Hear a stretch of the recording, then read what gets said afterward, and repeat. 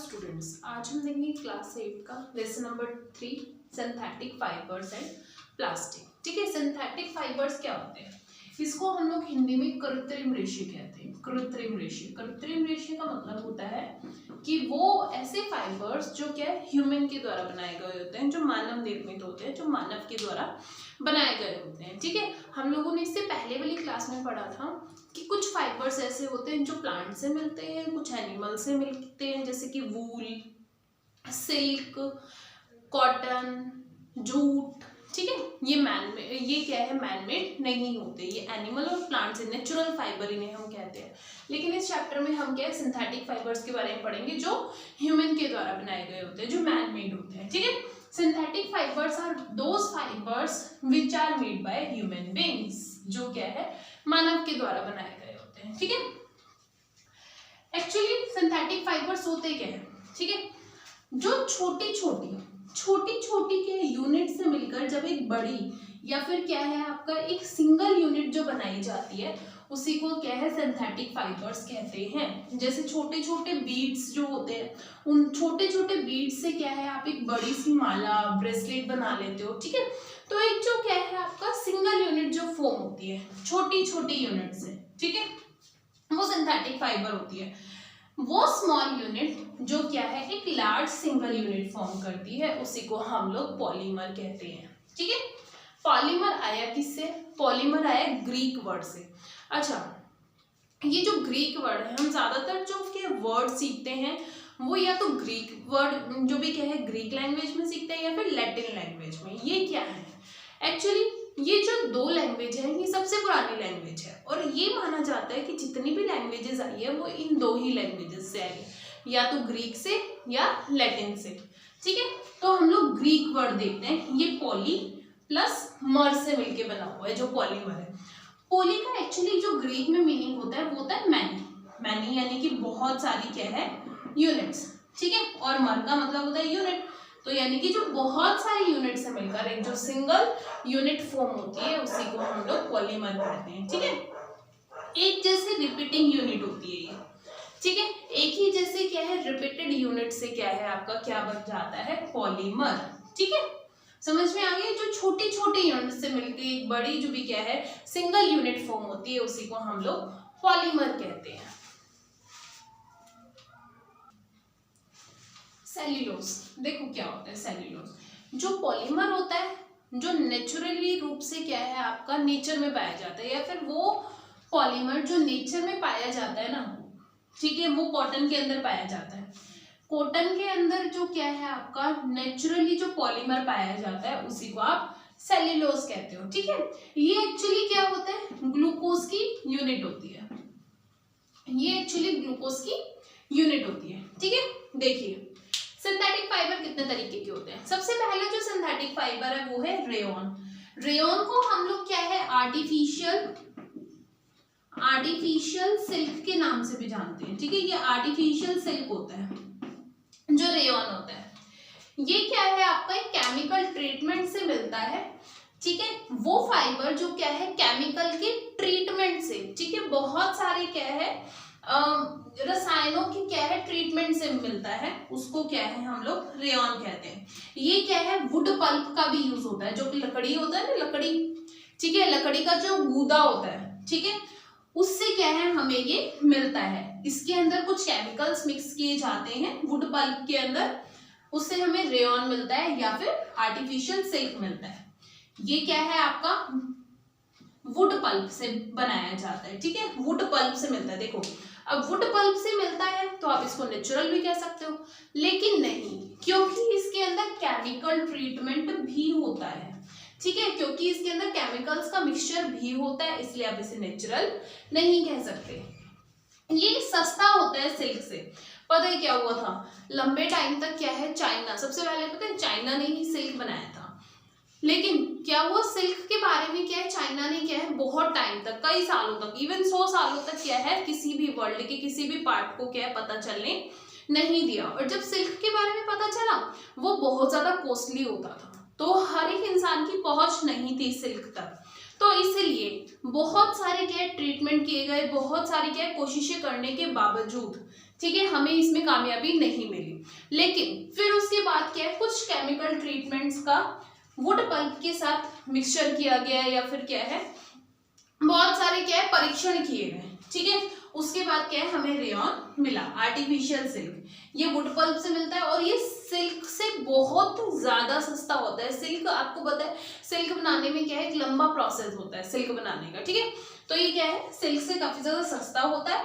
इसको बहुत सारे कलर में डाई किया जा सकता है, यानी कि रंगा जा सकता है बहुत सारे कलर्स में, ठीक है। रेयॉन क्या है आपका, रेयॉन को जब कॉटन के साथ मिक्स कर देते हो ना, तो क्या है, ये काफी ज्यादा स्ट्रॉन्ग होता है, हो जाता है, और इससे आप लोग बेडशीट, जो चादर होती है और जो कारपेट्स होते हैं ना, वो बनाने में क्या है, ये कारगर होते हैं, ठीक है। यानी जितनी भी आप बेडशीट देखते हो ना, वो एक्चुअली कॉटन की नहीं होती, ठीक है। उसके अंदर क्या है, और ना ही वो सिल्क की होती है, तो उसके अंदर क्या होता है, वो रेयॉन होता है। कॉटन और क्या है, रेयॉन को मिक्स करके बेडशीट और कारपेट्स बनाए जाते हैं, ठीक है। नेक्स्ट जो अपना सिंथेटिक फाइबर है वो है नायलॉन, ठीक है।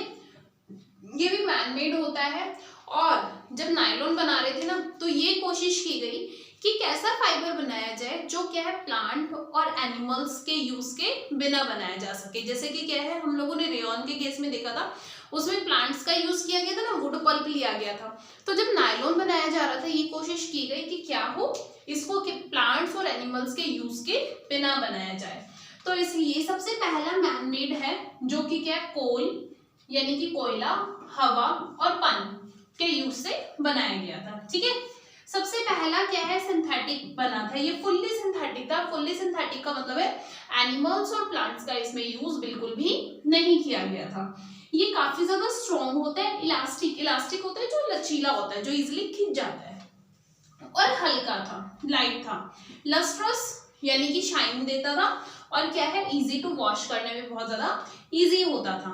इससे सॉक्स, रॉक्स यानी कि रस्सी, टूथब्रश, स्लीपिंग बैग, जब आप पहाड़ों वगैरह पर जाते हो, आप देखते हो ना स्लीपिंग बैग्स, वो क्या है आपका, इसी से बनाए गए होते हैं, नायलॉन से, ठीक है।